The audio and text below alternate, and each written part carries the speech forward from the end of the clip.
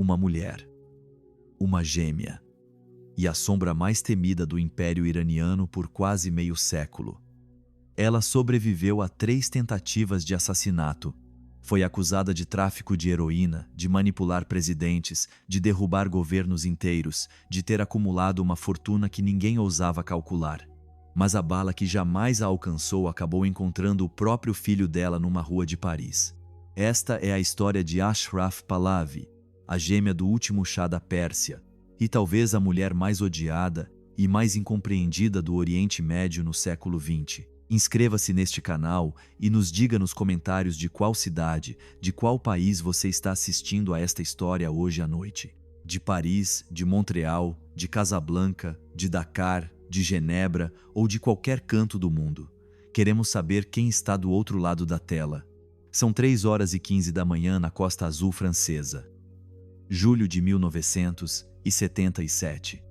O ar está carregado com o perfume das magnólias e com o barulho distante das ondas que se quebram contra as rochas de Juan Les Pins. Uma limusine Rolls-Royce prateada avança lentamente por uma avenida ladeada de palmeiras. No banco traseiro viaja uma mulher de 57 anos, elegante, esbelta, com os cabelos presos num coque impecável. Ela usa um vestido de seda preta e um colar de pérolas oferecido pelo irmão. Ao seu lado, uma amiga íntima brinca sobre a noite que acabaram de passar no cassino de Cannes. A princesa Ashraf Pahlavi sorri. Ela acabou de ganhar 30 mil francos na roleta. Sente-se viva, invencível. Por um instante, ela esquece quem é. Esquece o peso do império que carrega sobre os ombros. Esquece os inimigos que a perseguem. Esquece que naquele verão ela é uma das mulheres mais poderosas do Oriente Médio. O motorista vira à esquerda para chegar ao Hotel Miramar. As luzes do saguão brilham ao longe. A princesa se inclina para a frente para dizer algo ao condutor. É então que as sombras aparecem.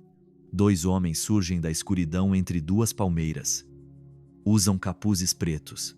Nas mãos, fuzis automáticos. E sem uma única palavra, abrem fogo contra o veículo. Ashraf não pensa. Seu corpo reage por ela. Ela se joga no chão do habitáculo. Sente o vidro explodir acima de sua cabeça. Ouve os gritos do motorista. Sente a pólvora. E outra coisa. Algo quente, metálico, denso. É sangue. O sangue de sua amiga, que morre ao seu lado com uma bala na cabeça. As rajadas continuam por um tempo que parece horas. Na realidade, são apenas segundos. Quando os agressores fogem correndo em direção ao mar, a princesa sai tremendo da Rolls-Royce crivada de balas. Sua amiga jaz imóvel no banco. O motorista está gravemente ferido, mas vivo. Ashraf, ela própria. Não tem um único arranhão. Naquela noite, no hospital de Nice, enquanto os agentes dos serviços secretos franceses a interrogam, Ashraf Pahlavi compreende algo que a acompanhará pelo resto da vida. Alguém quer sua morte, e essa pessoa não vai parar até conseguir. Mas para entender como uma princesa nascida no coração do antigo Império Persa acabou na mira de assassinos profissionais na Costa Azul, é preciso voltar ao começo, ao dia exato de seu nascimento. Porque Ashraf Pahlavi não veio ao mundo sozinha. Ela chegou ao lado do homem que iria mudar a história do Irã para sempre. 26 de outubro de 1919, Teherã. Um bairro modesto no sul da cidade. Numa casa simples de paredes de adobe e janelas pequenas feitas para se proteger do sol do deserto, uma mulher de 23 anos chamada Taj al-Muluk dá à luz pela segunda vez no mesmo dia. Algumas horas antes, um menino havia nascido. Agora, é uma menina que chega. Os gêmeos Pahlavi, Mohammad Reza e Ashraf, nascidos com poucas horas de diferença, unidos pelo sangue, pelo olhar, por um destino comum, mas separados desde o primeiro instante por uma única coisa: o gênero. Porque no Irã de 1919, nascer homem ou nascer mulher muda absolutamente tudo. O menino é celebrado. Oferecem-lhe doces, acendem lamparinas a óleo. A menina é registrada. E nada mais. O pai não está presente neste parto. Chama-se Reza. Tem 41 anos. É um oficial do regimento de cossacos persas. Um homem alto, de quase 2 metros, com olhos frios e uma ambição que ninguém em Teherã ainda suspeita. 2 anos mais tarde, esse mesmo homem liderará um golpe de estado militar. 6 anos depois, será coroado Shah do Irã e fundará a dinastia Pahlavi. E a pequena Ashraf, a menina que ninguém olhou no dia de seu nascimento, se tornará a princesa mais temida do Império Persa. Mas em 1919, tudo isso ainda está longe, muito longe. A infância de Ashraf transcorre nessa casa modesta durante os primeiros anos. Sua mãe, Taj ol-Moluk, é uma mulher dura, descendente de oficiais georgianos convertidos ao Islã. Bela, mas distante, não abraça os filhos, não os acaricia. Ensina-lhes uma única coisa desde os primeiros dias: que o mundo é um lugar hostil e que apenas os fortes sobrevivem. Ashraf contará em suas memórias que durante os primeiros anos de vida, mal se lembra de um gesto de ternura materna, mal se lembra de uma carícia, mal se lembra de ter ouvido as palavras que uma menina espera ouvir. Eu te amo, você está segura, eu te protejo. Nada disso existe na casa Pahlavi. O que existe, por outro lado, é uma regra implacável. Os filhos devem ser úteis ao pai. Os filhos devem servir ao Estado. Os filhos, e especialmente as filhas, não são pessoas, são instrumentos. E instrumentos não choram. Ashraf se lembrará dessa lição durante os 86 anos seguintes. Seu irmão gêmeo, Mohammad Reza, é seu completo oposto. Delicado, frequentemente doente, sujeito a febres, passa longos períodos acamado. A mãe o protege como uma joia frágil.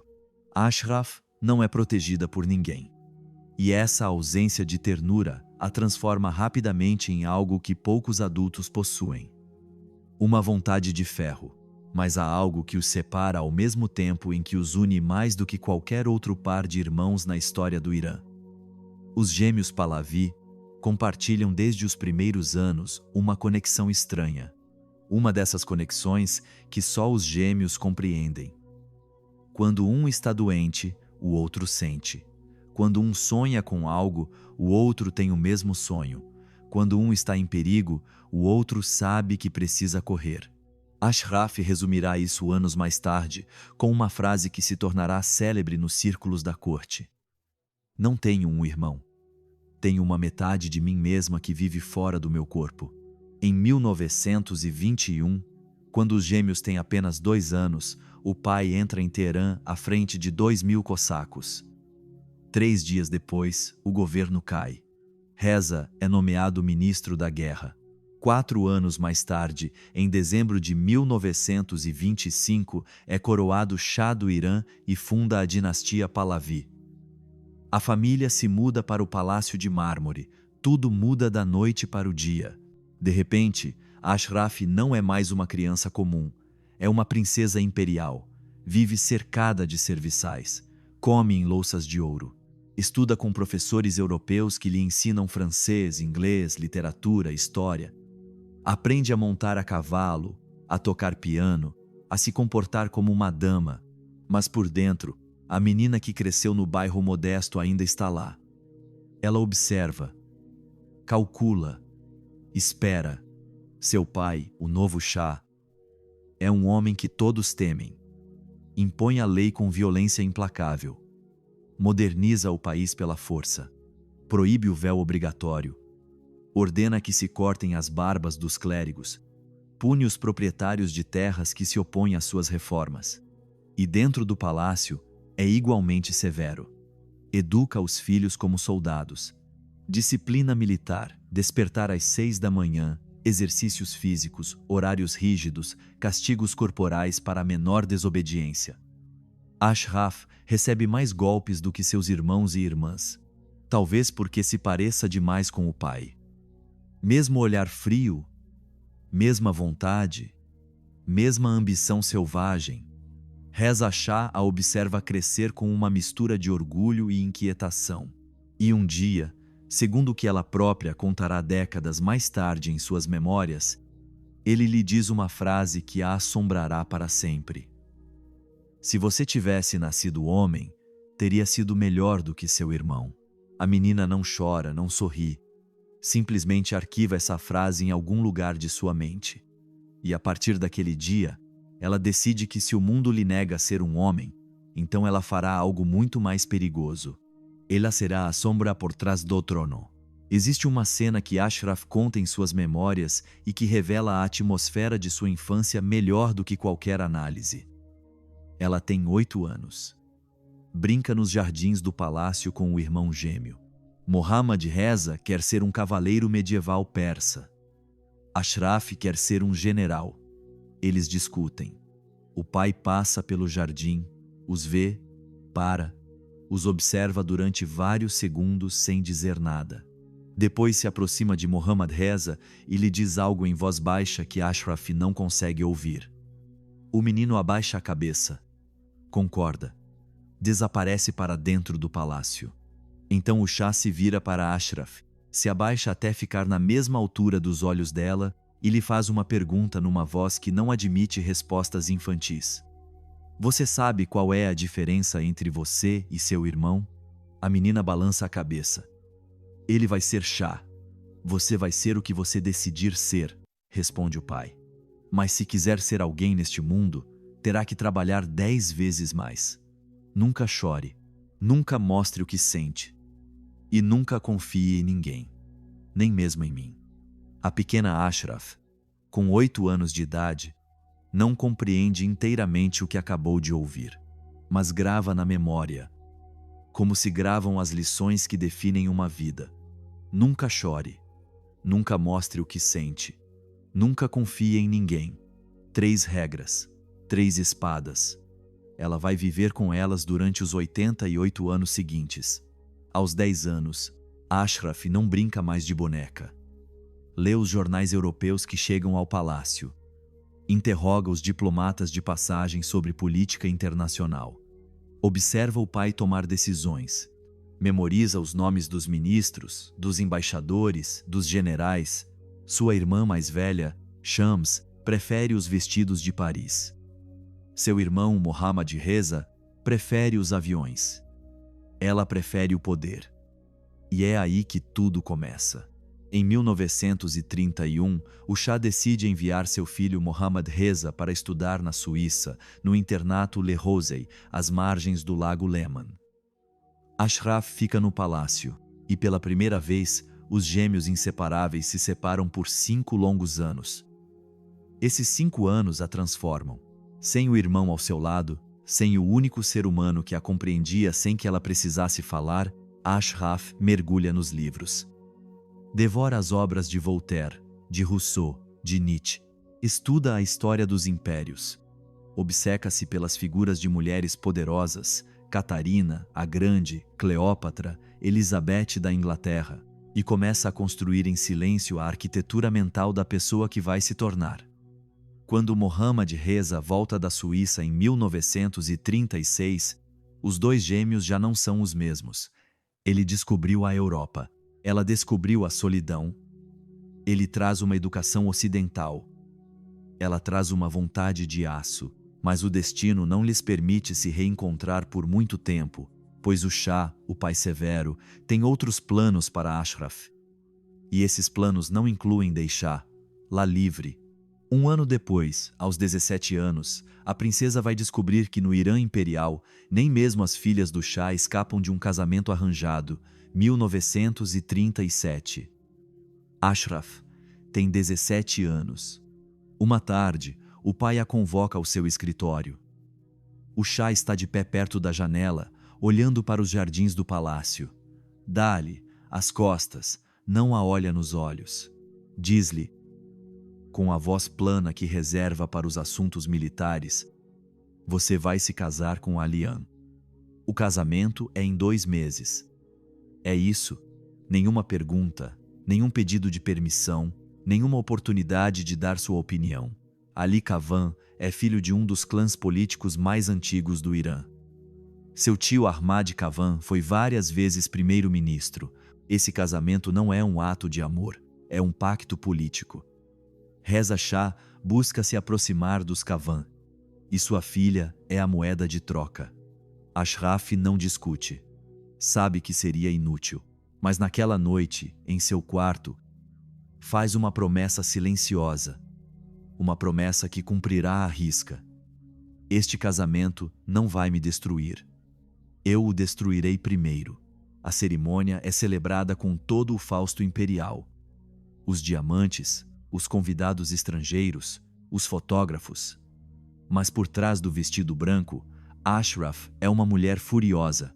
Furiosa com o pai, furiosa com o destino, furiosa com um mundo que a obriga a entregar seu corpo a um homem que mal conhece. A vida com Aliam é um desastre desde a primeira semana. Ele é um playboy, gosta de festas, carros rápidos, mulheres, não tem nenhuma ambição política, nenhuma inteligência estratégica, nenhuma curiosidade intelectual. Para Ashraf, que passou a adolescência lendo Nietzsche, ser casada com esse homem é uma forma de tortura lenta. Mas ela tem um filho com ele. Em 1940 nasce Shahram, um belo menino que Ashraf adora desde o primeiro instante. Depois, um ano mais tarde, tudo desmorona. Agosto de 1941. Segunda Guerra Mundial. As tropas britânicas e soviéticas invadem o Irã. Temem que Reza Shah se alie à Alemanha nazista. Em 48 horas, o Império Persa cai sob ocupação estrangeira. Os aliados forçam o Shah a abdicar. Mandam-no para o exílio, primeiro para a Ilha Maurício, depois para Joanesburgo, onde ele morrerá sozinho 3 anos mais tarde, sem jamais rever a família. A notícia da morte do pai chega a Teherã em 1944. Ashraf tem 25 anos. A família nem pode repatriar o corpo. Os ingleses não permitem. O patriarca da dinastia Pahlavi, o homem que havia fundado um império, morre num país estrangeiro sob vigilância britânica, sem um funeral digno desse nome. Ashraf não chora. Não em público, mas naquela noite, ela escreve em seu diário privado, segundo fragmentos que serão conhecidos décadas mais tarde, uma linha que revela toda a sua filosofia. Um dia farei os ingleses pagarem pelo que fizeram ao meu pai. Não é uma promessa vazia. No lugar do pai, instala-se no trono o filho, o gêmeo de Ashraf, Mohammad Reza Pahlavi. Com apenas 21 anos, Mohammad Reza se torna Shah do Irã, e sua irmã gêmea se torna de uma hora para outra algo muito mais perigoso do que uma simples princesa. Ela se torna a mulher mais próxima do trono. Nesse momento, Ashraf toma 2 decisões que vão definir o resto de sua vida. A primeira, ela se divorcia de Aliam, um escândalo monumental num país muçulmano, mas ela não se importa, não precisa mais de ninguém para protegê-la. A segunda decisão é mais silenciosa, mais estratégica, mais sombria. Ela decide se tornar os olhos, os ouvidos e as mãos secretas do irmão. Mohammad Reza, o novo Shah, é um homem indeciso, gentil, culto, educado, mas fraco. Tem medo dos políticos, medo dos clérigos, medo às vezes até da própria sombra. Não consegue governar sem alguém para lhe dizer o que fazer. E essa pessoa vai ser a irmã. A partir de 1942, Ashraf começa a receber em segredo ministros, diplomatas, agentes estrangeiros em salões privados, sem registro oficial, sem título, sem fotografias. Ela escuta, fala, decide. Depois transmite as decisões ao irmão, que as assina. Muitos em Teherã já começam a murmurar. O Shah reina, mas a irmã governa. Em 1944, Ashraf se casa pela segunda vez com Ahmad Shafik, um piloto egípcio, sedutor, charmoso, oriundo de uma família aristocrática do Cairo. Esse casamento é por amor, pelo menos no início. Ela o havia conhecido durante uma viagem diplomática ao Egito. O rei Farouk havia organizado uma recepção no palácio de Abdine, no Cairo. Naquela noite, entre os convidados, estava um jovem oficial da Força Aérea Egípcia em uniforme branco impecável. Ahmad Shafik se curvou diante dela, lhe falou em francês. A fez rir. Segundo os testemunhos da época, Ashraf saiu da recepção dizendo a uma amiga uma única frase: "É o homem com quem vou me casar." Eles se casam no Cairo numa cerimônia íntima. Os primeiros meses são, segundo o que ela própria confessará décadas mais tarde em suas memórias, os mais felizes de sua vida. Vivem entre Teherã e o Cairo. Navegam pelo Nilo, vão à ópera, jantam com o rei Farouk e sua esposa. Por um tempo muito breve, Ashraf Pahlavi se permite ser simplesmente uma mulher apaixonada. Mas o poder não a deixa em paz. Dessa união nascem 2 filhos, Shahryar em 1945 e Azadeh alguns anos depois. Guardem o nome de Shahryar, pois ele reaparecerá na parte mais sombria desta história. Enquanto isso, o poder de Ashraf não para de crescer. Em 1946, o Irã atravessa uma crise grave. As tropas soviéticas se recusam a se retirar do norte do país, como haviam prometido ao fim da guerra. Querem anexar as províncias do Azerbaijão iraniano e do Kurdistão. É uma das primeiras crises importantes da Guerra Fria. E segundo suas próprias memórias, é uma mulher de 26 anos que vai enviar uma das mensagens mais firmes a Stalin. Ashraf viaja a Moscou como parte da delegação diplomática iraniana. Encontra Stalin no Kremlin. Ninguém sabe exatamente o que é dito naquele escritório. Mas quando a delegação retorna a Teherã, os soviéticos anunciam algumas semanas depois sua retirada do norte do Irã. A princesa acaba de participar de sua primeira vitória diplomática. E o mundo começa a levar lá a sério. Na embaixada americana em Teherã, segundo cabos confidenciais que serão desclassificados décadas mais tarde, alguns diplomatas a descrevem com uma fórmula que circulará por anos nos corredores do Departamento de Estado. A irmã do Shah não é uma princesa. É um general sem uniforme.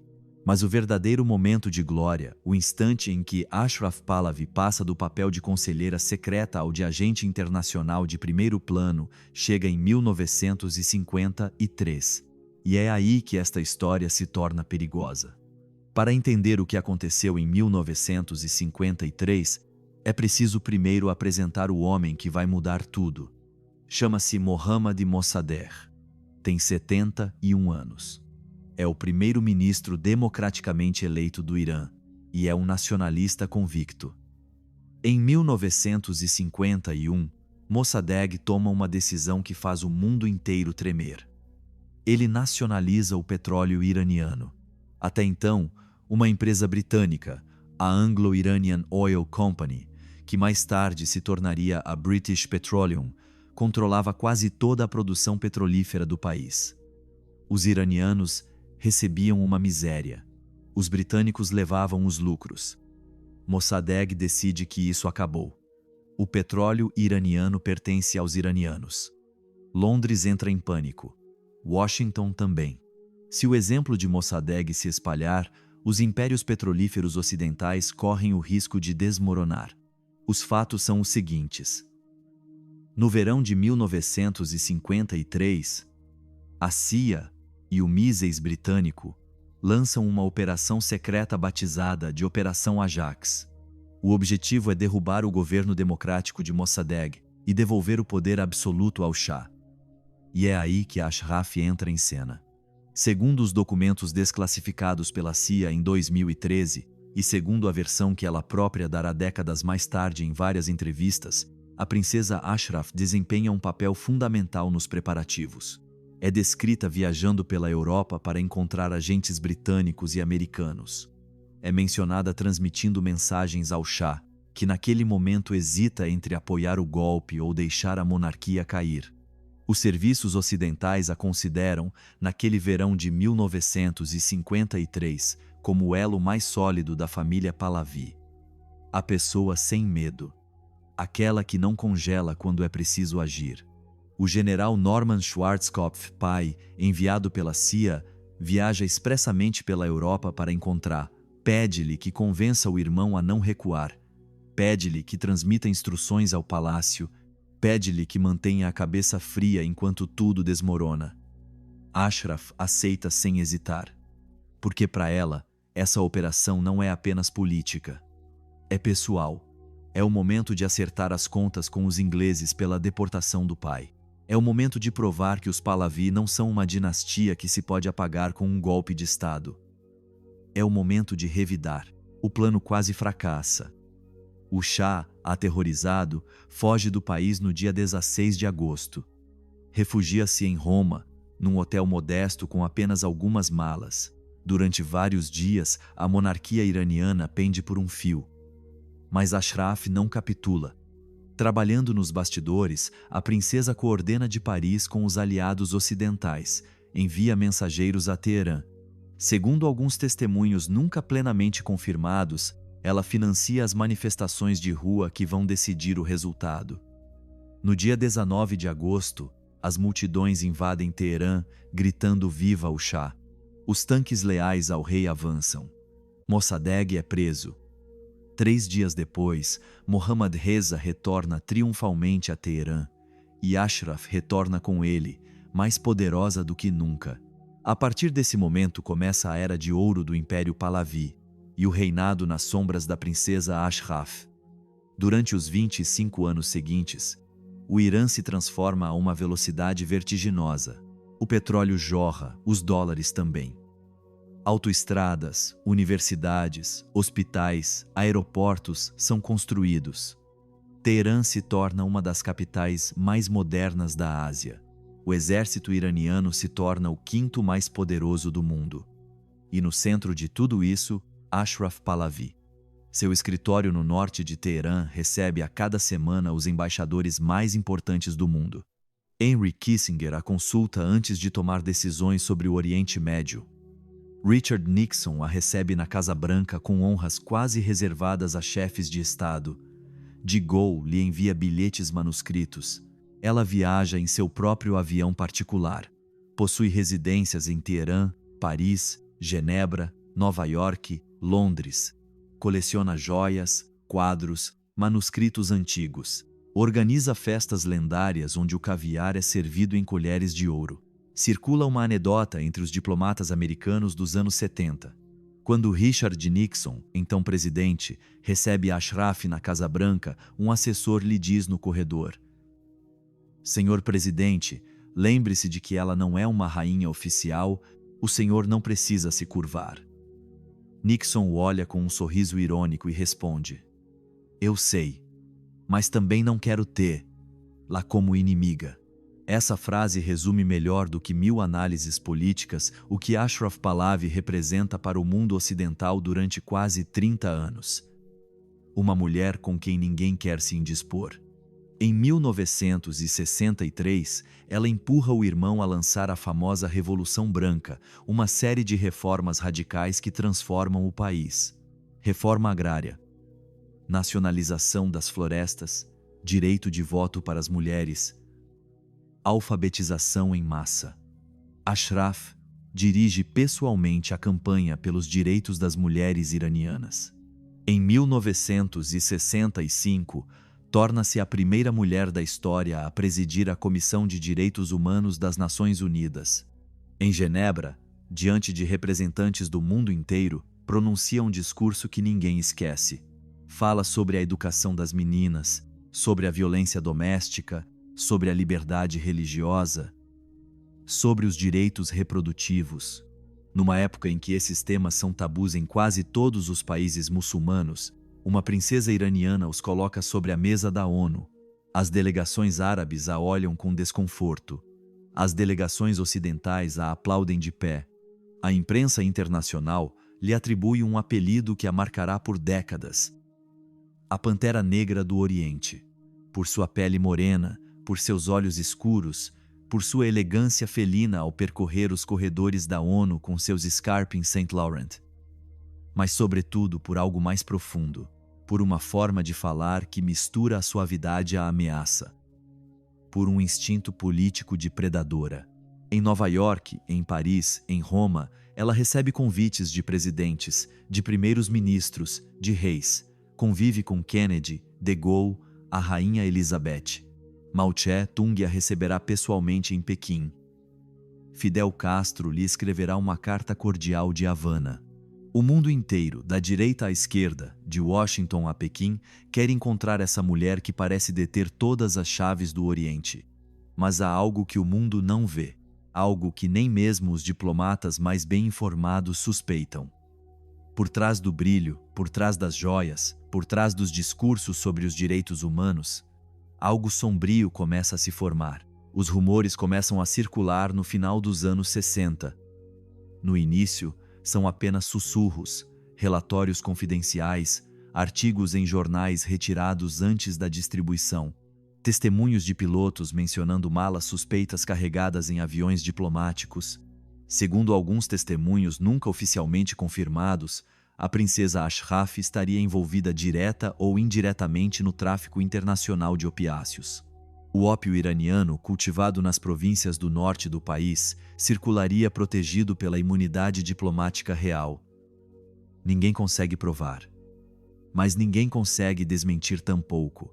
Em Teherã, os estudantes começam a chamá-la por um apelido que a marcará pelo resto da vida: a Pantera Negra. Esse apelido se espalha pelas universidades iranianas como um fogo incontrolável.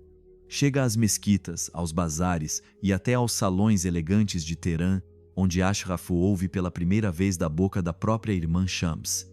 Lá fora dizem que você é a Pantera Negra, diz-lhe Shams uma noite com um sorriso constrangido. Ashraf não ri, não reage. Fica em silêncio por um longo minuto. Depois pronuncia uma frase que seus próximos vão lembrar por décadas. Que digam o que quiserem. As panteras não têm medo, mas por dentro algo se parte. Porque Ashraf sabe o que os iranianos não sabem. Sabe que o império do irmão, essa fachada dourada que brilha aos olhos do mundo, começa a rachar profundamente. Rachaduras que ninguém no Ocidente quer ver. Rachaduras que em breve vão se abrir como uma falha sísmica. Se esta história toca você, se você sente o peso desse destino, este é o momento de curtir este vídeo. Isso nos ajuda imensamente a continuar contando essas vidas esquecidas. E se você ainda não está inscrito, junte-se a nós agora. Diga-nos nos comentários o que você sente neste momento da narrativa. O que mais te impressiona no retrato desta mulher? Os anos 70 começam bem. Em 1971, o Shah organiza em Persépolis uma celebração para comemorar os 2.500 anos do Império Persa. 3 dias de festividades.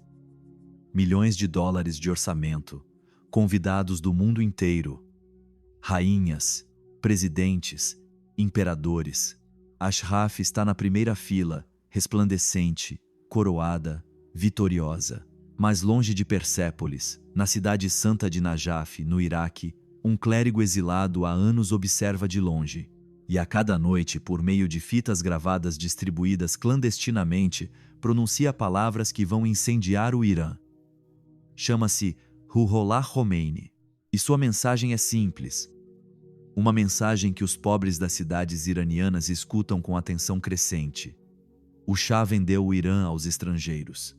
Vendeu nossa alma, nosso petróleo, nossas mulheres. É preciso expulsá-los. No início, Ashraf Rid Khomeini considera-o um fanático religioso marginal, um homem do passado sem futuro. Diz ao irmão: esse velho não é um problema. É apenas um mulá amargo. Erro. Um dos piores erros de sua vida. Porque a mensagem de Khomeini se espalha a uma velocidade fulminante.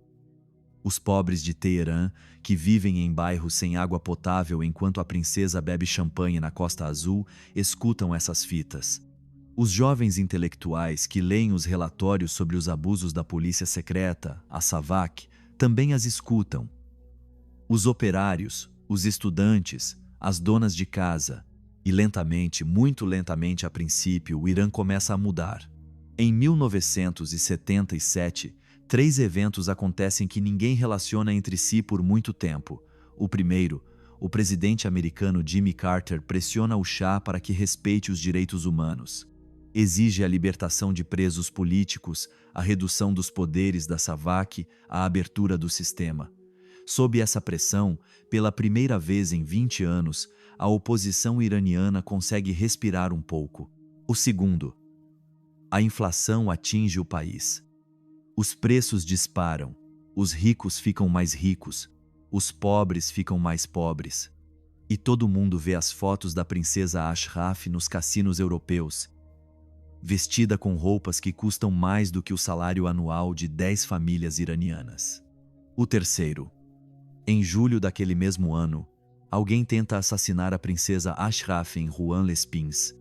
Mas agora, olhando novamente para essa cena com a qual abrimos nossa narrativa, compreendemos algo novo. Os agressores de Rouen-les-Pins não são ladrões, não são terroristas comuns.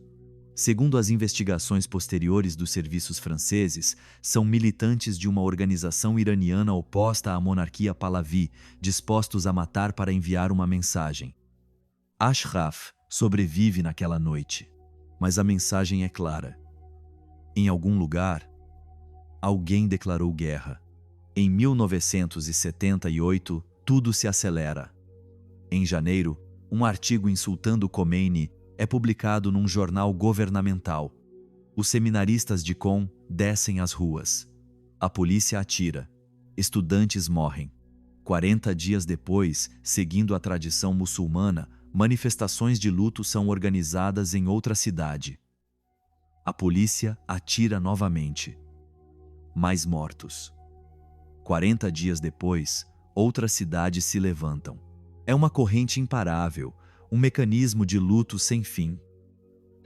E Ashraf, de sua vila na Costa Azul, acompanha tudo como se estivesse assistindo a um filme em câmera lenta.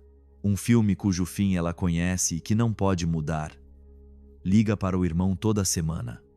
As tensões entre eles são crescentes. Ashraf quer mão de ferro. Mohammad Reza, enfraquecido pelo câncer que ainda ninguém conhece publicamente, hesita, vacila. Ora ordena a repressão, ora concede concessões, ora simplesmente não ordena nada. Um país não pode ser governado assim. E Ashraf sabe disso. Em agosto, um incêndio misterioso devora um cinema na cidade de Abadan. Centenas de pessoas morrem queimadas vivas. O regime culpa os islamistas. Os islamistas culpam a SAVAK. A verdade completa jamais será estabelecida. Mas o país inteiro se volta contra o Shah. Em setembro, milhões de iranianos descem às ruas no que será chamado de Sexta-feira Negra. O exército atira na multidão. Oficialmente, cerca de 80 pessoas morrem. Extraoficialmente, muito mais. O país se inflama. E a família real, trancada no Palácio Niavaran, em Teherã, observa impotente como tudo o que construiu durante 50 anos desmorona em poucos meses. Ashraf insiste com o irmão para esmagar a rebelião pela força militar. Um aviso severo, diz ela. E tudo isso para. Mas Mohammad Reza, que sempre foi mais fraco do que ela, não consegue. Está doente. Sofre de um câncer linfático. Ninguém ainda sabe, mas ele suporta em silêncio há anos. Existe uma conversa telefônica gravada pelos serviços americanos que circula entre os historiadores desde os anos 90. Nessa troca, no final de 1978, Ashraf grita para o irmão de Paris: "Se você não agir agora, vamos perder tudo. E não só você, todos nós. Seus filhos, meus filhos, o país inteiro." Mohammad Reza responde com uma voz apagada. Diz que já é tarde demais, que o mundo mudou, que até seus aliados americanos não o defendem mais. Ashraf desliga o telefone. Pela primeira vez na vida, ela compreende que não pode salvar o gêmeo. Que o homem que protegeu desde a adolescência lhe escapa das mãos sem que ela possa fazer nada, e que seu próprio destino estará em breve nas mãos de assassinos. No dia 16 de janeiro de 1979, após meses de caos, o Shah toma uma decisão histórica. Ele deixa o país de férias, diz oficialmente. Todo mundo sabe que é mentira. O aeroporto Mehrabad de Teherã vê decolar um avião transportando o último Shah da Pérsia, sua esposa Faradiba, seus filhos, suas joias e seus documentos mais secretos. Ashraf não está com eles. Está no exterior há vários meses. Ao saber da notícia em seu apartamento parisiense, ela se senta diante da janela e chora pela primeira vez em anos, não pelo poder perdido, pelo país. No dia 1º de fevereiro, Khomeini retorna triunfalmente a Teherã. Milhões de pessoas o recebem no aeroporto. 11 dias depois, o governo imperial cai definitivamente. A República Islâmica do Irã nasce e a caçada começa. O novo regime cria tribunais revolucionários, fuzila generais, ministros, chefes da SAVAK. Os nomes da família Pahlavi figuram no topo da lista negra. São acusados de corrupção, de pilhagem, de traição, de crimes contra a humanidade. Colocam preço em suas cabeças. E o nome que aparece entre os primeiros nessa lista, antes mesmo do Shah no exílio, é um único nome: Ashraf Pahlavi. A Pantera Negra, a mulher que os mulás apontam como responsável por toda a corrupção do regime deposto. E os assassinos já estão a caminho. Os meses que se seguem ao triunfo de Khomeini são para Ashraf Pahlavi uma queda livre sem fundo. Seu irmão, o Shah, consumido pelo câncer, erra pelo mundo em busca de refúgio. Nenhum país o quer por muito tempo. O Egito o acolhe primeiro. Depois o Marrocos, depois as Bahamas, depois o México, depois os Estados Unidos, apenas para uma operação, depois o Panamá, depois novamente o Egito, onde finalmente morrerá. Ashraf segue um caminho semelhante, à distância. Foge de Paris quando teme que os serviços iranianos tenham descoberto seu endereço. Instala-se em Nova York, depois em Londres, depois na Costa Azul, depois em Monte Carlo. Precisa mudar de residência a cada poucos meses. Viajar com nomes falsos, cercar-se de guarda-costas armados. Porque o novo regime iraniano não esqueceu a Pantera Negra e lançou contra ela seus melhores homens. Mas a ferida mais profunda, aquela que a marcará para sempre, não chega por uma bala dirigida contra seu próprio corpo. Chega de uma forma muito mais cruel. Chega por telefone na noite do dia 7 de dezembro de 1979. Naquela fria noite de inverno parisiense, Ashraf está em sua residência. É tarde. Ela lê. De repente, o telefone toca. Ela atende. Do outro lado, uma voz familiar, partida. Algo terrível aconteceu. Ashraf não entende a princípio. Não consegue entender, porque as palavras que ouve são impossíveis. Mataram Shahryar. Shahryar tem 34 anos. É um oficial da Marinha Imperial Iraniana. Vive em Paris com um nome falso há vários meses. É o filho que ela adora. A criança que cresceu entre Teherã e o Cairo. O jovem sedutor que havia se casado com uma princesa espanhola. Ele não pode estar morto. Mas os detalhes chegam nas horas seguintes. Shahryar Chafik voltava a pé para seu apartamento perto do 16º arrondissement de Paris. Um jovem se aproximou por trás, sacou uma pistola com silenciador, disparou 2 balas em sua cabeça e fugiu a pé. O corpo do príncipe ficou estendido na calçada por quase 1 hora antes que alguém chamasse a polícia. Os vizinhos tinham ouvido um barulho estranho, nada mais. Não pensaram em assassinato.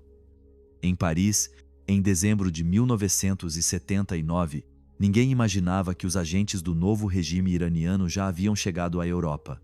Quando os inspetores franceses chegam ao local, encontram Shahryar Chafik com documentos falsos no bolso, um relógio de luxo no pulso, 100 francos em dinheiro e na carteira uma foto da mãe. A foto traz uma dedicatória em persa escrita com a letra precisa de Ashraf. Ao meu sol, ao meu céu, a minha razão de continuar viva, sua mãe.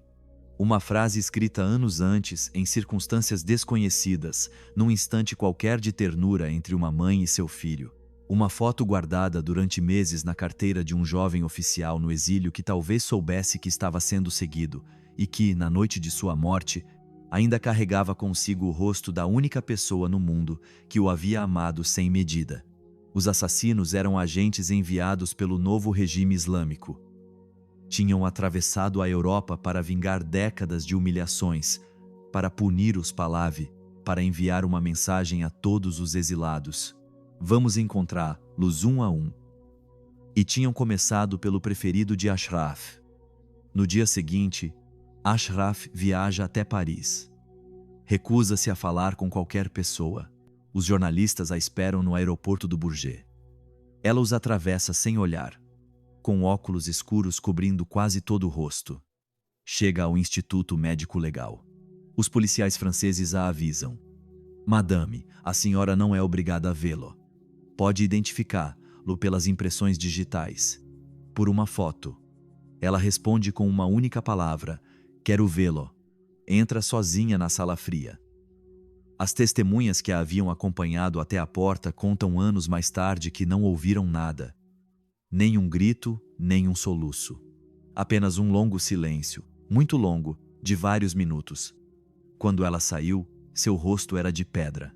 Assinou os documentos sem dizer nada e pediu que o corpo fosse repatriado para um país que ainda não havia sido decidido. Porque Shahriar Shafik, nascido em Teherã, criado em 3 continentes, assassinado em Paris, não tinha mais pátria. Naquela noite, a princesa não dorme. Senta-se no chão do apartamento. Não chora, não grita. Apenas respira de uma forma estranha, entrecortada, como se o ar lhe queimasse os pulmões. E num determinado momento, quando o amanhecer desponta sobre Paris, quando a luz cinzenta entra pelas janelas, ela pronuncia uma frase que apenas a camareira ouve. Deus não me perdoou. Ela nunca explicará o que quis dizer com isso. Mas pelo resto da vida, repetirá essa mesma frase em seus momentos de solidão mais profunda. Deus não me perdoou. 7 meses depois, no dia 27 de julho de 1980, chega o segundo golpe. Seu irmão gêmeo, o homem com quem havia compartilhado o ventre da mãe, o chá do império, o gêmeo doente que ela sempre protegeu e governou nos bastidores. Mohammad Reza Pahlavi morre no Cairo aos 60 anos, de um câncer linfático diagnosticado tarde demais para ser tratado. Ela o havia visto pela última vez 2 meses antes, no Hospital Militar de Maad, nos arredores do Cairo. Ele já estava irreconhecível. Havia perdido mais de 20 quilos. Seu rosto estava cavado. Seus olhos imensos, sua pele cinzenta. Falava com ela numa voz fraca, quase infantil.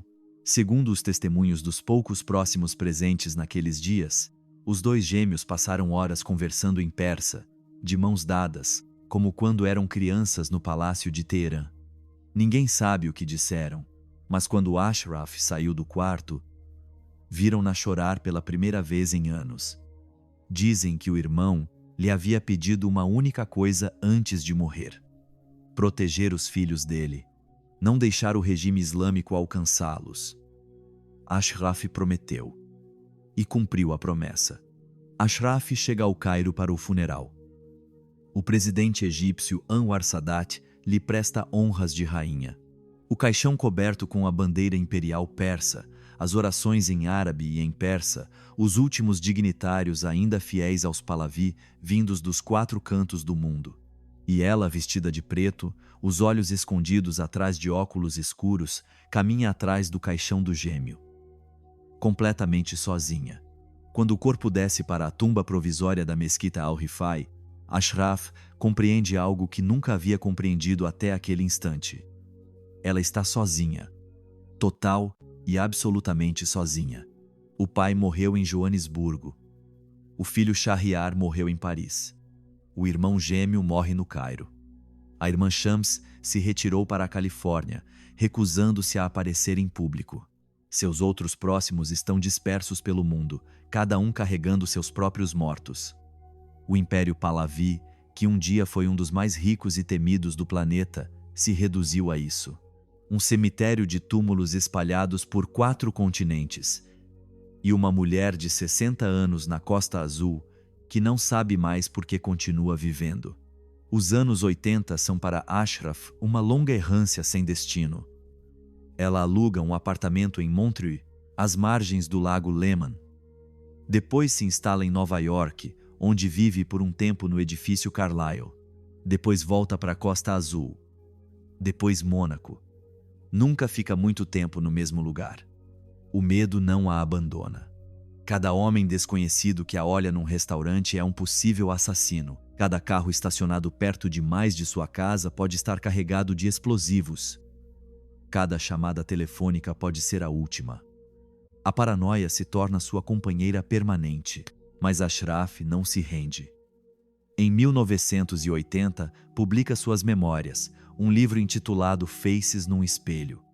Um título escolhido com cuidado, pois ela sabe que toda a sua vida foi uma história de espelhos. Ela e o gêmeo, ela e a Pantera Negra, ela e as versões inventadas de si mesma que circulam pelo mundo. O livro é um sucesso, mas também um fracasso. Um sucesso porque é traduzido em várias línguas e vendido no mundo inteiro. Um fracasso porque Ashraf compreende ao ler as críticas que ninguém a acredita inteiramente. Todo mundo acha que ela está escondendo algo, que a verdadeira Pantera Negra permanece oculta em algum lugar por trás dessas páginas cuidadosamente redigidas. E talvez todo mundo tenha razão, porque há coisas que Ashraf Pahlavi nunca contará. Nem em suas memórias, nem aos filhos, nem a ninguém. Ela as levará para o túmulo. Mas ainda lhe restam anos. Muitos anos. E uma última obsessão, um último combate silencioso que poucos imaginam. Os anos 90 encontram Ashraf Pahlavi em Monte Carlo, num apartamento com vista para o mar. Um lugar elegante, mas sem a opulência selvagem de seus anos de glória. Não há mais festas com caviar, não há mais recepções com embaixadores, não há mais agentes da CIA esperando instruções. Há apenas uma mulher envelhecendo e um silêncio muito longo. Ashraf passa dias inteiros sem falar com quase ninguém. Lê, olha para o mar, rega as plantas, joga xadrez contra um computador oferecido por um dos netos. Recusa quase todas as entrevistas, quase todos os convites públicos. Tornou-se invisível. Sua camareira, uma francesa chamada Marie Claire, que a acompanha há quase 30 anos, conta numa entrevista posterior que a princesa tem uma rotina quase monástica. Levanta-se toda manhã às 6 horas, ora em silêncio durante 15 minutos diante de uma janela com vista para o Mediterrâneo, toma o café da manhã composto de chá preto e uma fatia de pão torrado. Depois abre uma caixa de fotografias antigas, sempre a mesma caixa, e olha durante 1 hora para os rostos dos mortos. O pai em uniforme militar. O irmão vestido de chá, o filho Shahriar com 5 anos, sorrindo numa praia do Mar Cáspio. Depois fecha a caixa e começa o dia. É uma mulher que sobreviveu a todos os que amou e que não sabe como se perdoar por ainda estar viva. Mas sobre sua mesa há uma pasta que ela guarda sob chave. E dentro dessa pasta, um dossiê com um nome escrito à mão na capa. Shahriar. Porque Ashraf tem uma obsessão, uma única obsessão que a mantém viva: saber quem matou o filho. Durante décadas, desde 1979, a princesa contrata investigadores particulares, paga informantes, coordena com ex-agentes da SAVAK no exílio, segue as pistas dos membros dos serviços iranianos que atravessaram a Europa para assassinar os Pahlavi. Segundo alguns testemunhos nunca plenamente confirmados, ela própria teria financiado operações para localizar os responsáveis pelo assassinato. Alguns dos suspeitos teriam morrido em circunstâncias estranhas: acidentes de carro, quedas inexplicáveis, desaparecimentos que ninguém investigou a fundo. Ninguém consegue provar, mas ninguém consegue desmentir inteiramente tampouco. Ashraf, em suas raras conversas com os próximos, às vezes se limita a sorrir quando lhe fazem perguntas sobre esse assunto. Um sorriso estranho, nem satisfeito nem triste. O sorriso de alguém que sabe algo e não vai dizer. Os anos passam. O ano 2000 chega, depois 2010. Seu corpo começa a atrair, lá, problemas cardíacos, de memória, de ossos. Precisa usar uma bengala, depois uma cadeira de rodas, depois quase não sai mais do apartamento. mas sua mente, até o fim, permanece afiada como uma faca. Existe um detalhe que poucos conhecem desses últimos anos.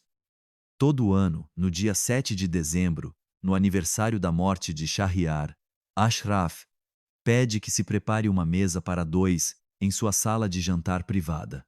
Pratos para dois, copos para dois, guardanapos para dois.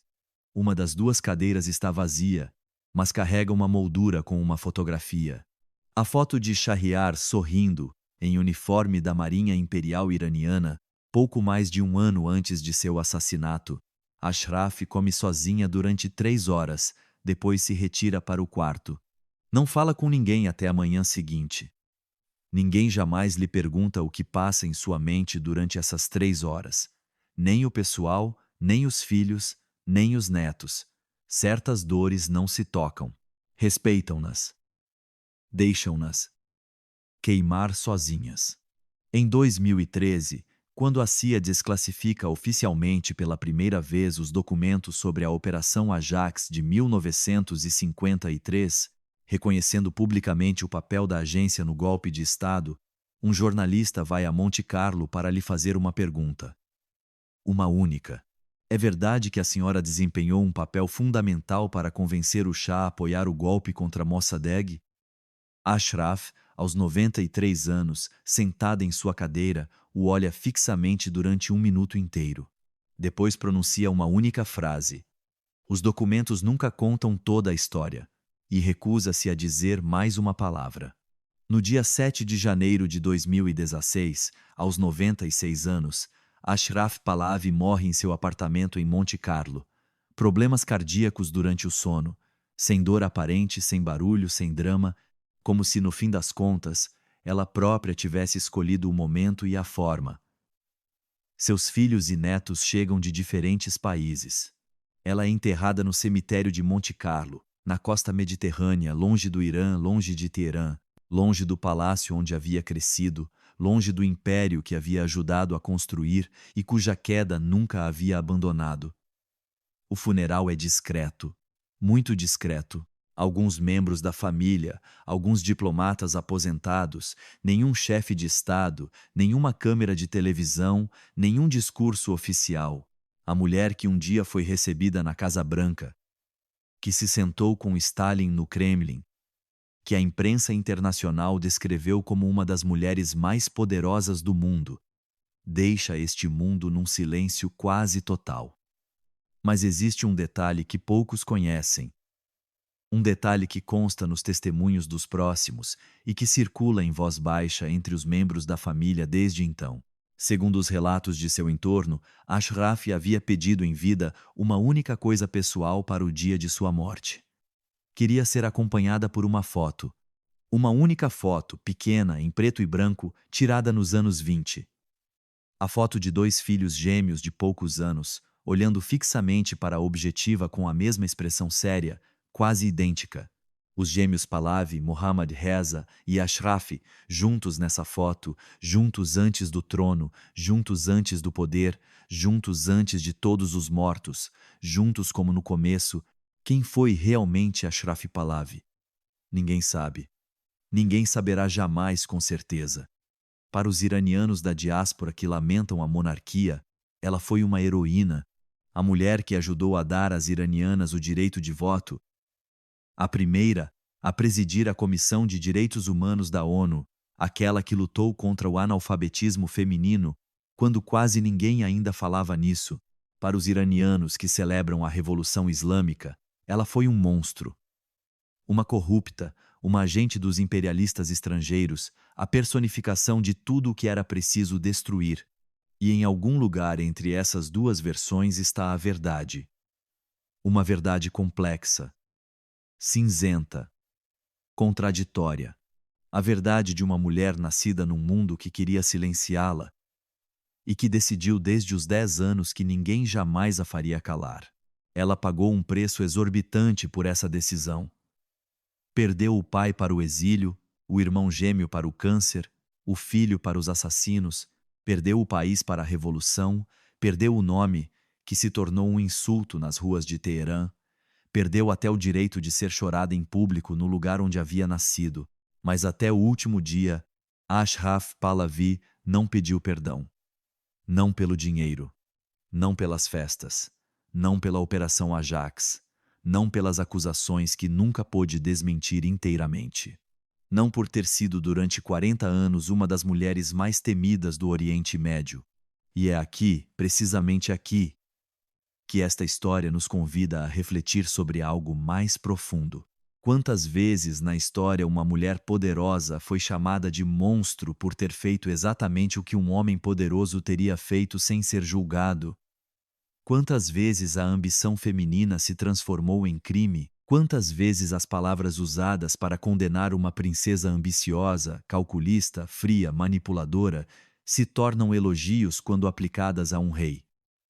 Ashraf Pahlavi não foi uma santa, mas provavelmente também não foi o demônio absoluto que descreve a propaganda iraniana. Foi uma mulher de seu tempo. Uma mulher nascida num império em declínio, que ajudou a construir um império em ascensão e que sobreviveu à queda de todos os impérios que amou. Uma mulher que, até seu último suspiro, guardou perto de si a imagem do irmão gêmeo. O único ser humano que ela talvez tenha amado sem condições. Hoje no Irã, seu nome ainda se pronuncia em voz baixa.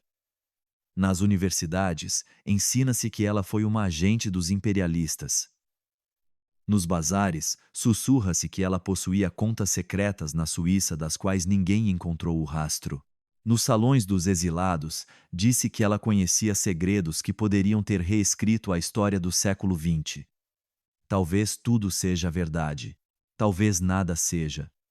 Mas há uma coisa que se pode afirmar com certeza. Uma coisa que nenhuma propaganda, nenhuma revolução, nenhum tribunal pode apagar. Que numa noite de verão na Costa Azul, 2 homens encapuzados abriram fogo contra um Rolls Royce. Que uma mulher se jogou no chão do habitáculo e saiu por milagre.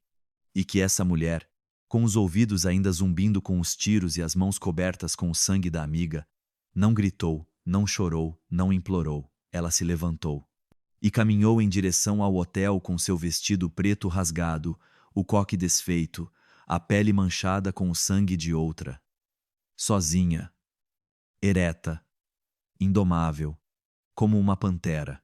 Agora é com você decidir. Ela foi uma mulher que mereceu tudo o que lhe aconteceu? Ou foi uma criatura presa numa armadilha num mundo grande demais para qualquer ser humano, que fez o que pôde com as armas que tinha? Diga-nos o que você pensa nos comentários. O que mais tocou você nesta história? Inscreva-se no canal, curta este vídeo e junte-se a esta comunidade que se recusa a esquecer as vidas que a história quis apagar. Sua presença aqui, hoje à noite, importa de verdade.